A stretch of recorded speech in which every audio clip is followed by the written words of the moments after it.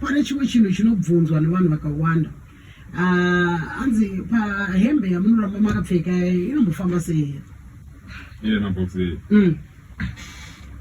Hembe zvinoitika. Tingati inofamba sei pakuita sei? Mayono? Haichinjo? Nebegi? Hembe yanga iri mudhara wangu. Fafe? Hamuna zvakaitika mudhara wangu. Mudhara wangu handitika.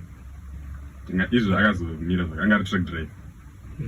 Right, saka munoziva kuti giya riri ndere vakomana kakuti rakati zisamashitika riri. Saka ndiriti mudhara wangu aimutomboflexa zvakaita akaribokonora pachesta rinounza mhepo mukataridza kuti muri anenge ma-airvins mukanyatsoti kuti chete asana mboipfeka muripo.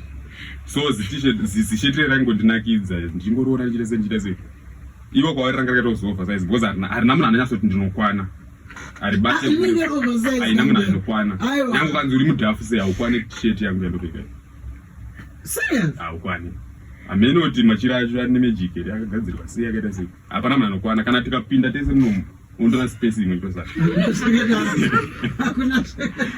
aiwa ndikutamba but yanga iri yamudhara wangu ndakazongotora dzaisaifarira saka ndakazoona kuti zisheti ringori fani because aiti ndikatipfeka nchidawo ndichingotraya ndiva riri kumba raitosvikira kana munomu ndichingotinakidza ndichingodana mafanisi atizogona kuti aga ndingotanga kupusha nechihembechi.